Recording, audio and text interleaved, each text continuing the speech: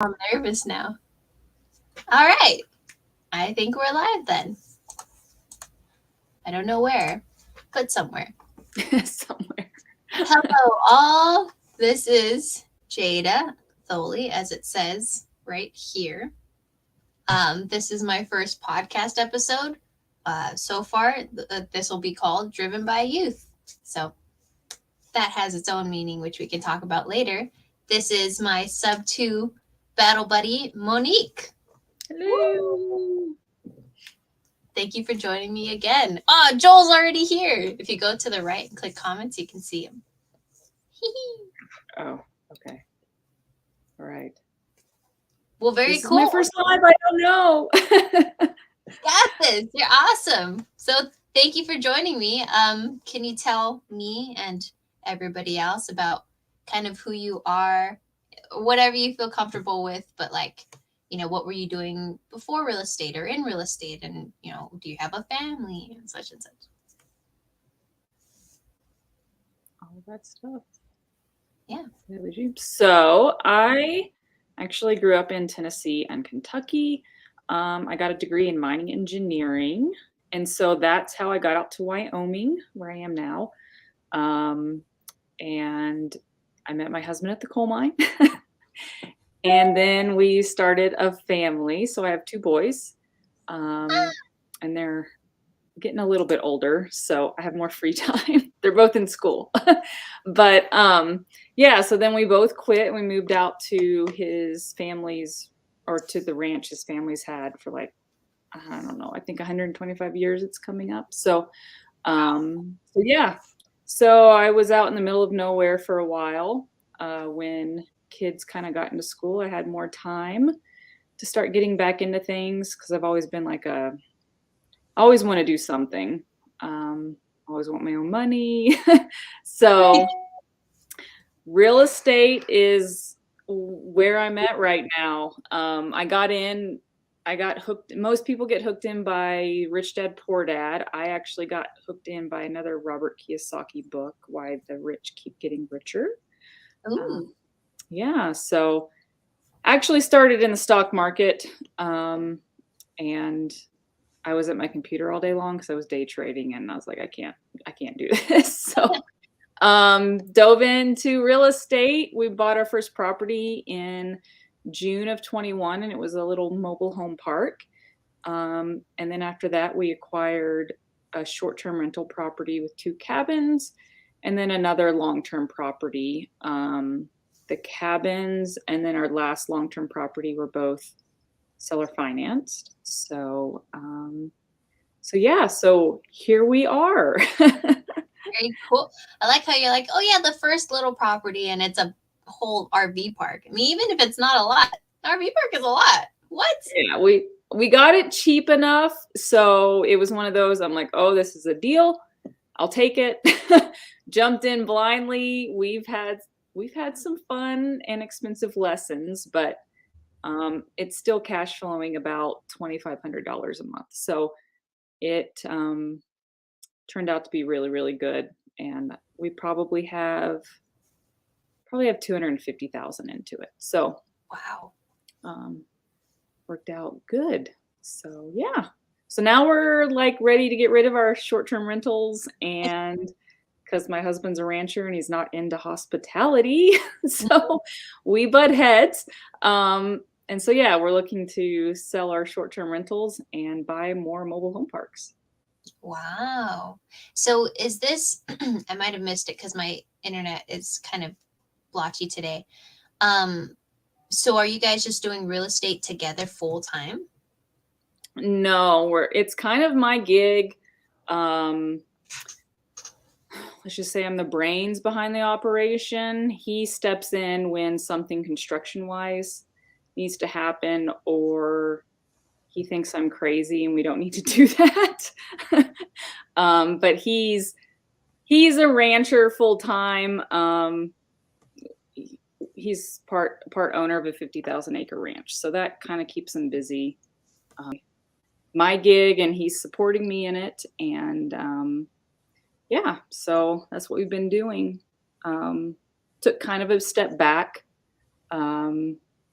I also have my real estate license, and was an agent for a while, not my cup of tea. But yeah, I took a step back at the beginning of the year to focus on my health, and spend a little time on myself because it's been a wild ride for the last 2 years.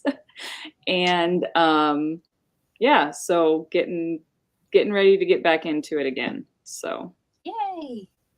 Why did you think that being an agent wasn't your thing? well, I originally got my license. So Wyoming's a non-disclosure state. So if you want comps, you either have to have a good relationship with an agent, or there's not really, you can't really get access to comps. Yeah. So that was originally why I did that. When we bought our cabins, the broker was looking for another agent because he's an older broker. His other agent had left, and so he told me it would be part-time and I could have all of his deals under 1.5 million. So I'm like, okay, this will be easy. It didn't turn out that way, and it ended up being very involved. My brokerage was 2 hours away from where I live, and yeah, so still did some good deals, networked with a lot of really good people, and still have those relationships. So don't regret it.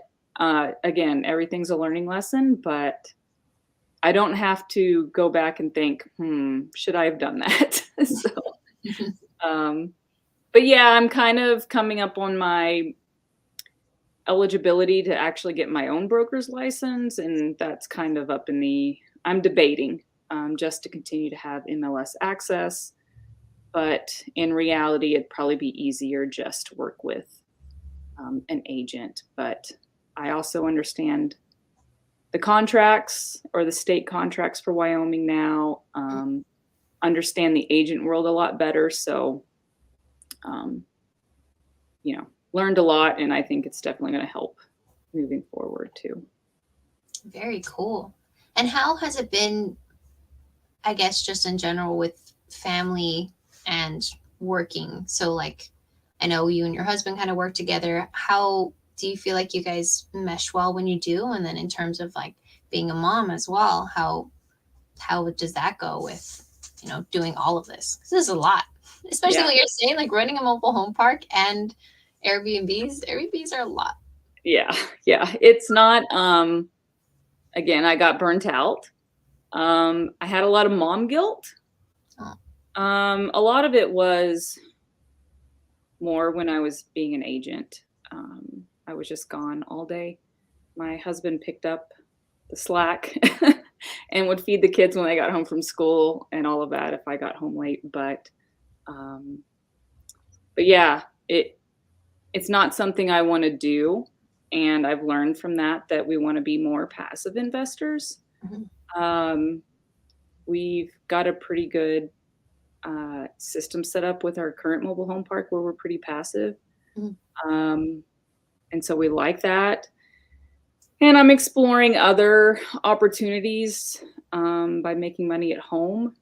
Ideally, I want to make a lot of money so that I can just be more passive. So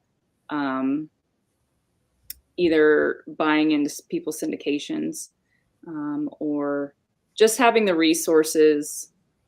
I feel like right now money is the one thing that holds us back from going after bigger deals. And a lot of that I think is mindset too. So I've really been working on my mindset. I will say mindset and personal development, you have to do it along the journey. Yep. Or eventually it'll catch up with you. And then you'll start integrating it down the road. But that was one of the lessons I learned, taking care of myself, continuing to learn, continuing to work on the mindset, because if you don't, fear will creep in and get you.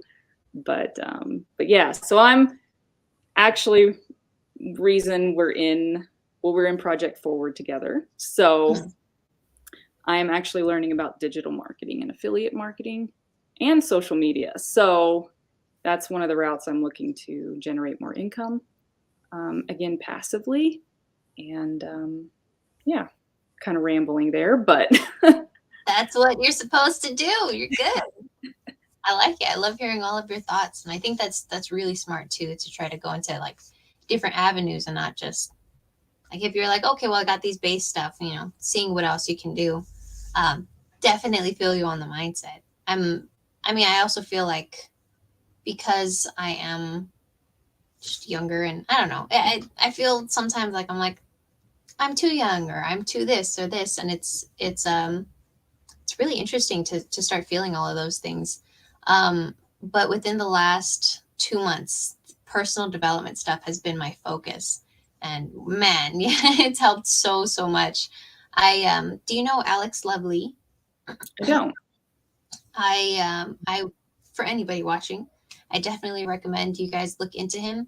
He is I mean, he does a lot of multifamily and real estate stuff in general, but I recently and he's going to be opening up another one of these, but he did like a personal development course that was so very helpful, and it was an 8-week program, and it was pretty intimate, so I think the next ones they're going to be opening up a little bit more, but they were really good. Like weekly, you just kind of focus on certain things. So one week was like time management, one week was about stress, another week was about um, thinking about your kind of voice of uh, judgment, we would call it, and then voice of wisdom. So it's kind of like the little angel and devil, like, okay, who's saying what right now, and who are you going to be listening to?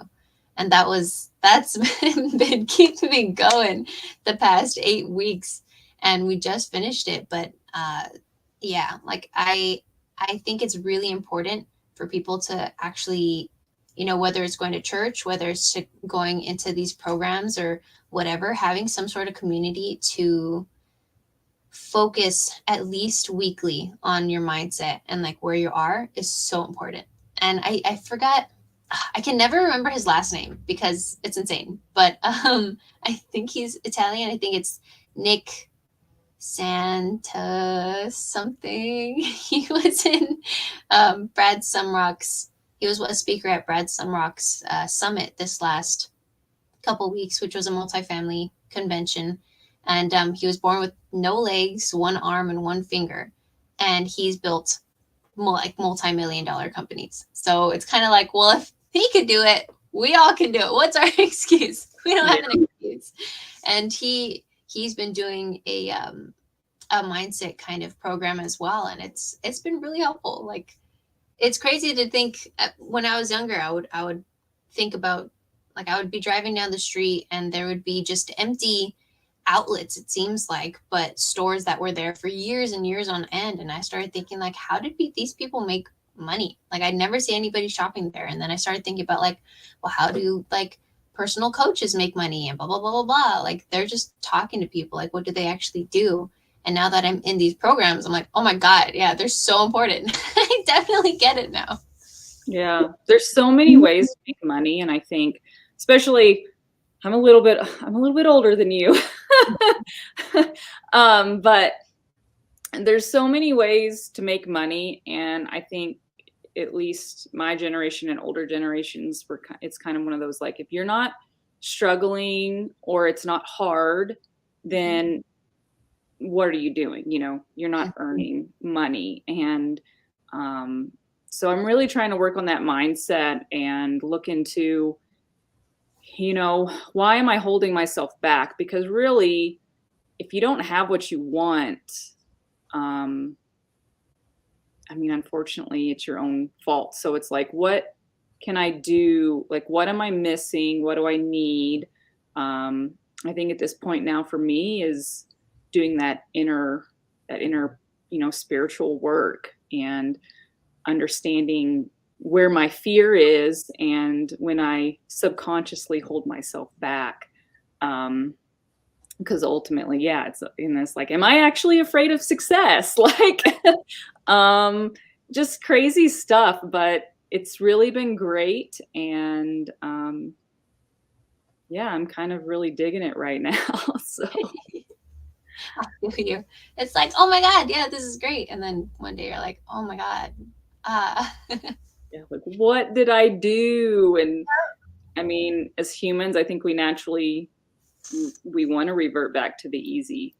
It's just our primal instincts. So, and that, I don't think it ever gets easier. You just add more tools to your tool belt to overcome those hurdles, and it gets easier, and you get through them faster. So, Preach. So, what do you think, or what was your why going into this, and has that developed over the years or over your journey? Money. I know that sounds silly.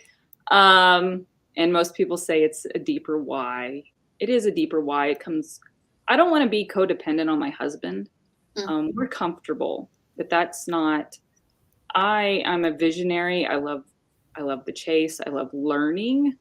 And ultimately I have big goals. Like I want to travel. I don't want money to be the reason I can't go after something. Nice.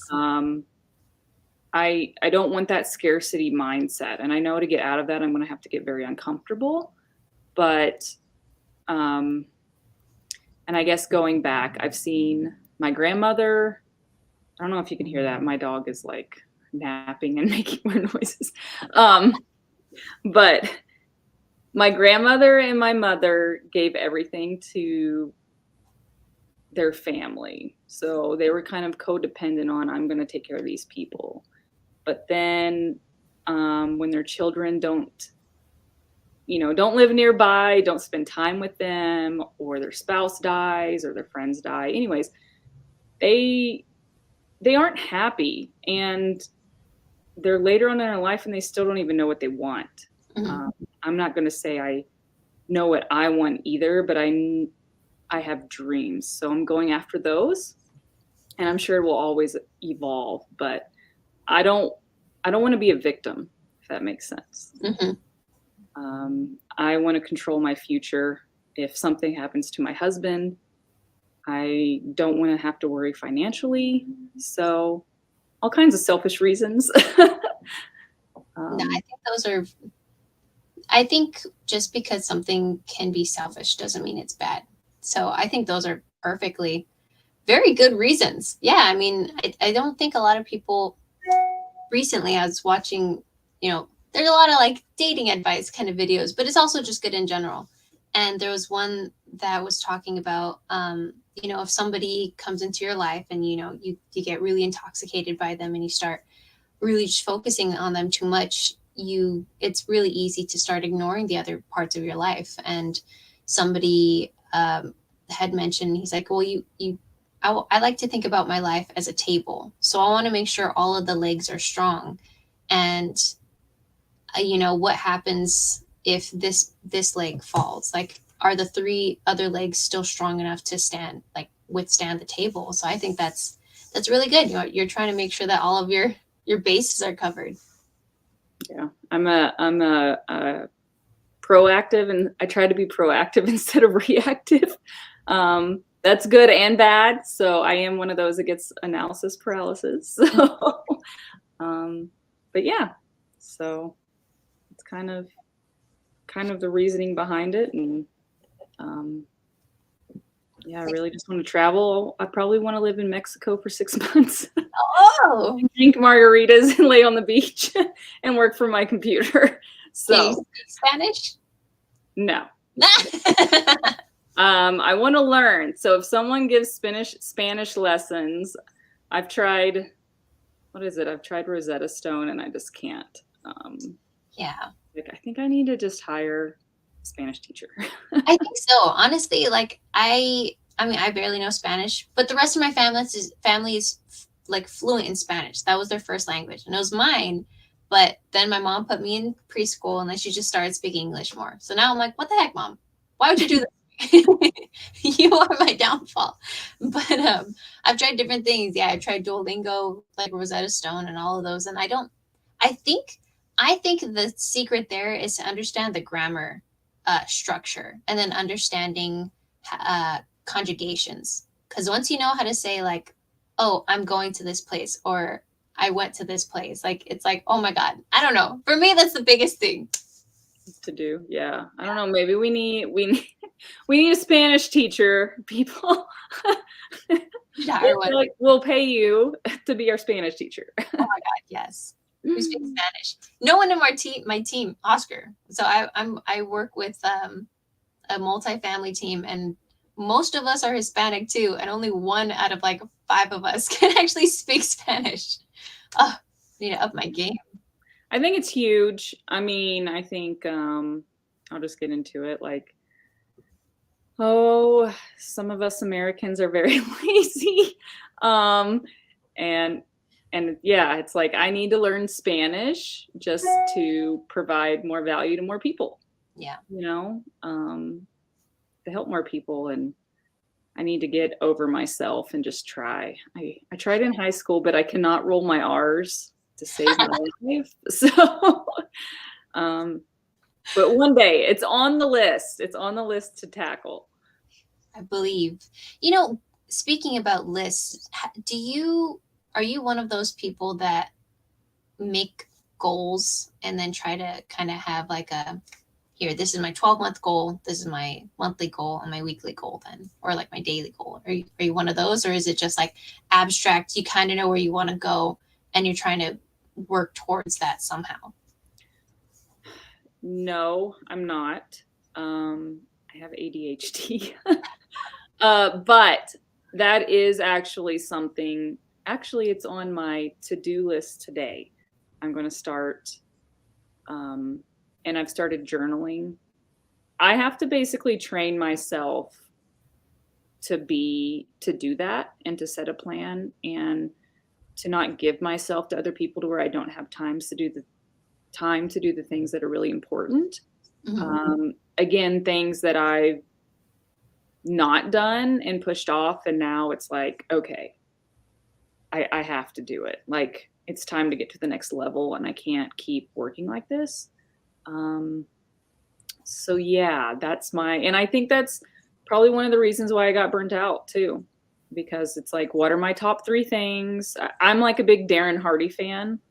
And yeah, it's like, what are my top 3 things? What are the 3 things I need to do every day to work towards those, and really hit it out. So yeah, I mean, I have lists everywhere, but it's a day by day thing. So that's actually something I am working on right now, and possibly looking at if I find a system, because I'm old school. I'm trying to use Google Calendar, but pen and paper is my jam. Yeah. And so while there's a ton of stuff out on Amazon, everyone has their own book or journal or planner. If I find something that works really well for me, then I'll probably publish it. And maybe that'll be another revenue stream. That's a really good idea. I actually, looking at it now, I totally forgot that I had written down a list. Sometimes I'm like, okay, I got my goals set, and then I forget them. so I made sure I wrote it down in 2 different places. So there's one right here where I'm looking at my screen, and then one right here at the wall. So I'm like, okay, that's good. That's actually been helping me so I don't forget what they are. But I was speaking to, I believe her name is Allie Fitzmaurice. Mm-hmm. She's also in the multifamily space and in the self-storage space. But she's a freaking hustler, and it's amazing. But she had, mentioned power lists to me, and I'll send you the article. But I really like that as well. And we have been keeping each other accountable, and we share a notes app, or a notes in the like Apple Notes app. Mm-hmm. And so it alerts us whenever one of us is on it. And I really like it because in there, we're making sure that we make power lists every day. So a power list is essentially a list that you make. It could be like 3 to 5 things or whatever, but 3 to 5 things that will get you to your goals, or your long-term goal. So for me, like long-term goals are like, let's see, it's this one, 10K a month. I forget which one it is. I have different things written down, but 10K a month. I want to go to at least 4 conferences this year. I want to own 100 units by the end of next year, and by the end of next year. And then something about social media that I didn't really write down too much. But so now every day I'm going like, okay, well, I know I have this to-do list of like tasks I need to do, but what are like the main things that I need to get done in order to progress? Because there's a bunch of stuff, like especially in the hospitality business. I manage Airbnbs, and there's always like write a review or like start a claim or, go onto Price Labs and look at the dynamic pricing and stuff. But it's like, okay, well, is that really going to get me to my goals? Is it going to help me get to that 10K? If it is, perfect. Let me put it in there. If it's not, if it's like get a handyman or whatever to do whatever, it's like, all right, well, not power list worthy. So I've found that has been super helpful. Yeah, I would agree. It's like, what can if I'm making this much an hour, any task that I can pay somebody less than that an hour, I need to hire out. But or I live in the middle of nowhere. I mean, I'd love a housekeeper and a chef, but nobody wants to drive an hour to come see me. So, but yeah, I think that's awesome.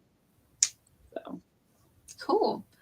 I feel like I have more questions, but I don't know how personal to get, because it's really just like, I would love to understand, like, so you being kind of out in the middle of nowhere. So you say, does that mean that you guys, and especially since your husband is like part owner of a ranch, do you guys do a lot of homesteading? Do you plant your own plants, or is that something that's in your horizon or in your interests? I've done it all, but what most people don't know, I mean, do it if you enjoy it, but I am one of those that gets laser focused and I go extreme. So I had chickens, but I was breeding super rare show chickens. So that was exhausting. I did gardening, and I have a greenhouse. I grew dahlias this year just as something fun. But growing a garden in Wyoming is a crapshoot. The weather out here, like our growing season is short, and we usually get hailstorms in the summer. Oh my God.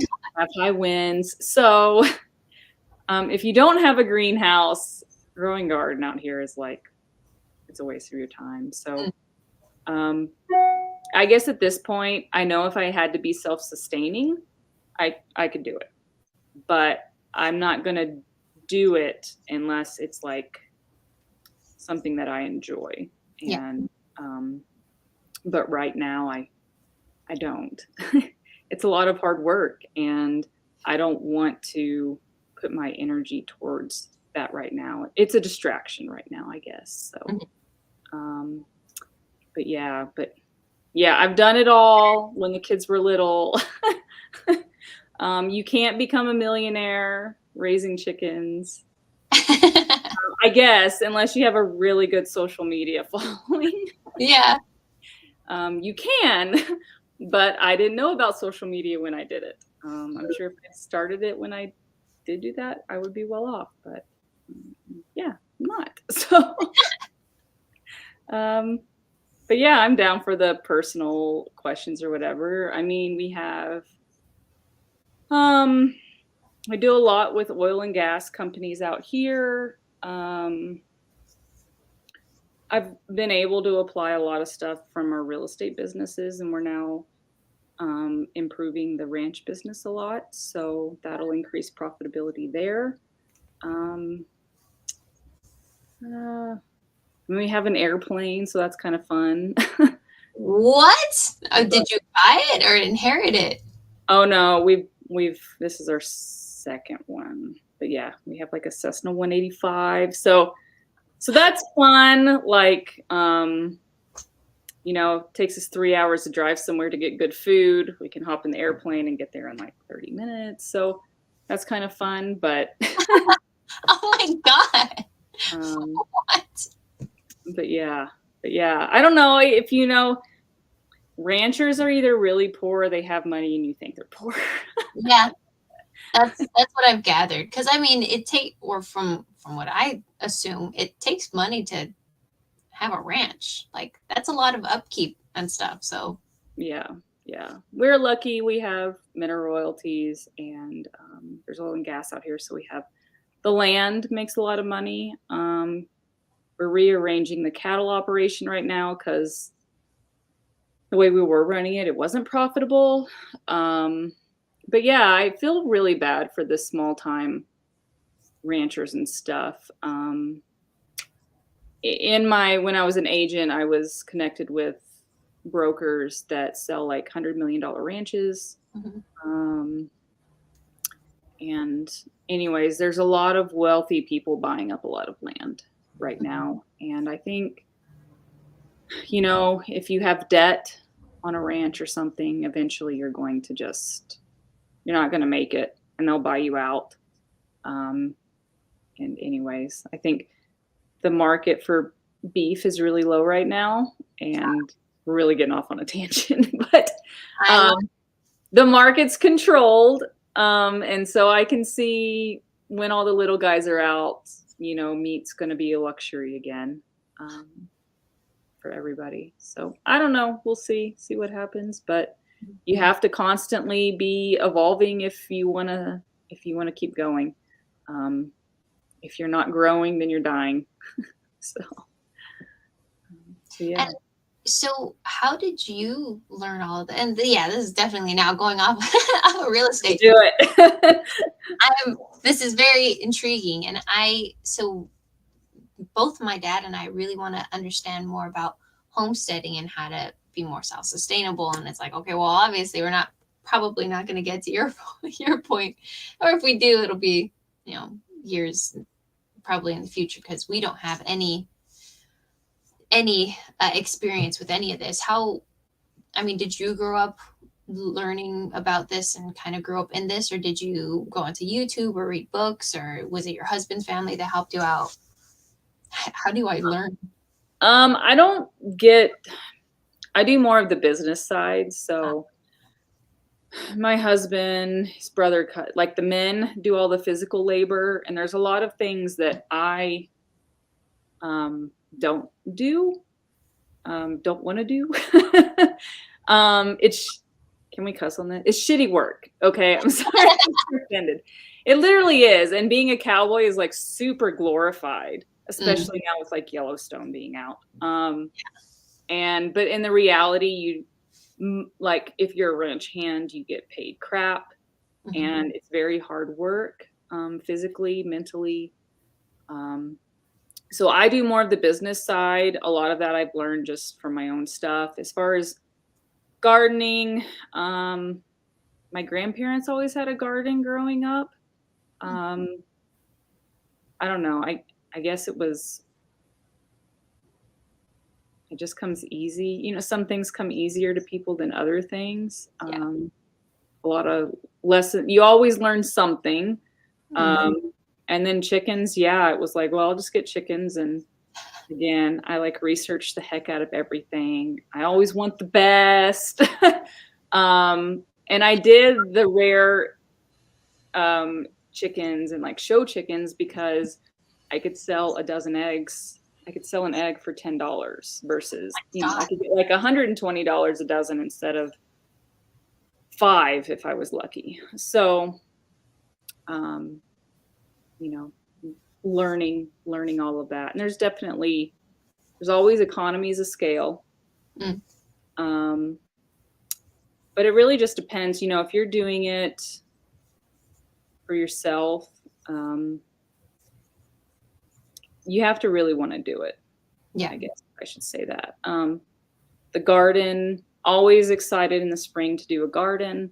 But then when fall comes and it's time to harvest and can and store things that you've grown, it's, again, I would say get a professional kitchen. Okay, yeah. Or if I was going to do it so it wasn't so labor intensive, I would actually have a community of people, like one person grows one thing, and there's multiple of you, and then you guys can all share. And that makes it a lot easier. So that's my goal. That's my end goal. I want to make like a cul-de-sac or like communities of people that I think are good. So, Okay. yeah. People are doing it. Maybe that's like your, Oh! you can buy a multifamily and it's like it's got this home, it's got some land with it and you got this homesteading kind of theme That's to a really good idea. it. Ooh, that's for my 30s, we'll say. Well, cool. I really appreciate you coming on here and learning a lot of different things about you. You're really interesting. I like how you get, like you said, like laser focus when you're like, oh, I want to know about this or I want to do this. Oh my God. There's like no stopping you, it seems like. Yeah, I get laser focused and everything else doesn't get attention. So that's why I need to plan. Yeah, and I think I used to get FOMO really bad too, or like I'm running out of time. I got to do it now. And I mean, we're all running out of time, but I've learned to chill a little bit. Yeah. So yeah. Well, thank you for having me on here. It's been fun. Hopefully nobody fell asleep with me talking, but Yeah. You have a very soothing voice. It's like, yeah. oh, kind of hypnotizing. Oh, thanks. I hope Hopefully you can probably hear a little bit of Southern accent in there, but a little bit. It's great. I love it when I do. Because I mean, I'm mainly around people from Los Angeles or, California. So I like hearing that, what is it, the Southern a twang. little draw. Yeah. But yeah. Cool. Well, thank you so much. I will let you continue on with your day. And I am very, very glad that we did this.